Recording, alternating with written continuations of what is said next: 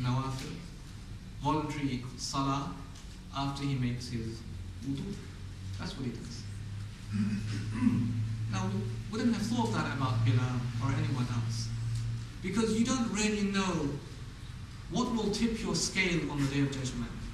What will tip your scale? What will get you through to Jannah by Allah's mercy? What is it that you've done that is so special with Allah, that's so unique, that you've locked in your vault and have not disclosed to anyone, that's so precious you've guarded with your life, right? Like a diamond you've guarded with your life. These days, Ibn Jawzi says about Ramadan, هذه أيام تصان هي كالتاج على رأس الزمان.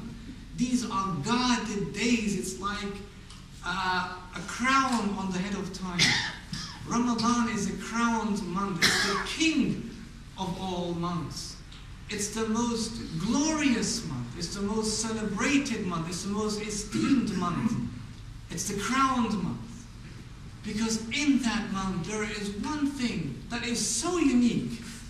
And it comes through in the Hadith Qudsi, where Allah Azza wa Jal says, كل عمل ابن آدم له إلا الصيام فإنه لي وأنا أجزي به. All of the actions of the son of Adam are for him. All of them, except fasting. Fasting is just for me, and I reward for it. Now you think, subhanAllah, I thought everything was for Allah. And everything also benefits us in our worship. Allah gives us blessings in dunya and akhirah by His mercy. How could it be that fasting is so unique? Why is fasting singled out in this hadith, that that's just for Allah and Allah rewards for it? Ibn Qudama says, أولا, the first one, أنه السر وعمل الباطن لا يراه الخلق ولا يدخله الرياء. Fasting is a secret action. Fasting is a disclosed action. No one can see it. And so therefore showing off should not enter this action of ours. Because no one can see us fast. It's inside of us. And so therefore from the fast, we should all be learning ikhlas. We should all be learning sincerity. How to be sincere and true to Allah subhanahu wa ta'ala. We should all be learning how to guard our actions, so that they're not there for the praise or for our boasting in the face of the people, but are only there to earn the pleasure of Allah subhanahu wa ta'ala. And fasting teaches us that, because it's a disclosed and hidden action. It's secret with Allah, it's unique with Allah, it's special with Allah, right? We should remember that. Month of Ramadan, شهر رمضان الذي أنزل فيه القرآن هدى للناس وبينات من الهدى والفرقان. The month of Ramadan, in which was revealed the Quran, a guidance for the people, a clarification for all guidance, and a furqan, a criterion between truth and error. The month of Ramadan is a month of Quran. It's a month of reading the book of Allah. And the rewards of reading are multiplied more than reading it in other times. But the month of Ramadan is a month of acting by the Quran, acting by the book of Allah. Right? So we should prepare for Ramadan by preparing our approach towards the book of Allah. How do we approach the book of Allah?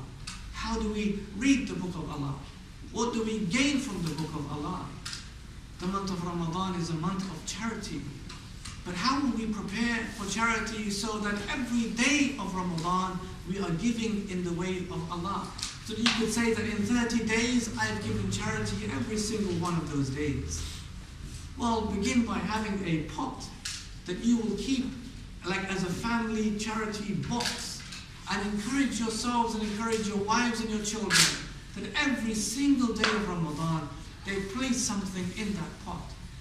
Even 5p, even 10p, even whatever, but you're giving every single day out of your money to go in that place for the cause of Allah subhanahu wa ta'ala. Right? So prepare for that then, before the month of Ramadan. Look at the competition on the day of Tabuk. When Sayyidina Umar came, woke up that morning and he says, you know what, there is no way on earth anyone can outdo me today, because I'm going to give half of everything I own for Allah and His Prophet sallallahu alaihi wasallam. That's exactly what he did. He took half of everything he had, and he went to the Prophet sallallahu alaihi wasallam, and he was asked, what did you leave behind for your family? He says, "Taraktu nisfa ma ji'tu bihi." I left half of what I came with.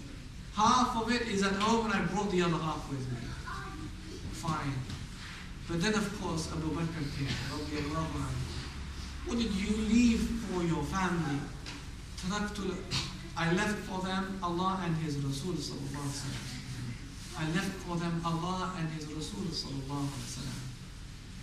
This was their competition in spending in the cause of Allah, especially on the day of Eid, and especially for women. The encouragement is more for women on the day of Eid, to give and spend in the cause of Allah. Don't hold on to things that you're never going to use, but you just have them as an ornament, just to look at your fine gold and your fine silver. Right? It's fine you're allowed to wear it. It's fine you're allowed to be happy about it. But come on, we need to transcend. We need to climb heights in our love and loyalty and servitude to Allah subhanahu wa ta'ala by giving until we feel the pinch. You can't just give and you didn't feel nothing by giving. When you give, you've got to feel the pinch of what you're spending. You've got to feel, I've lost something, because what's lost from me has now gone to Allah subhanahu wa ta'ala. You've got to feel the pinch for what we give and spend in the cause of Allah. Brothers and sisters, remember that Ramadan is not a month of sleeping. It's not a month of docility. It's not a month of relaxing and just relaxing and reading Quran and other things. But it's the month of activity. It's the month of Badr. It's the month of Salah ad-Din's victory against the Crusaders. It's the month where the Prophet sent Sahaba to go and destroy Masjid al-Dirar in the 2nd or 3rd year after the Hijrah, the mosque of the hypocrites, in the month of Ramadan. But let's just speak about quickly the month of Ramadan with regards to the Battle of Badr.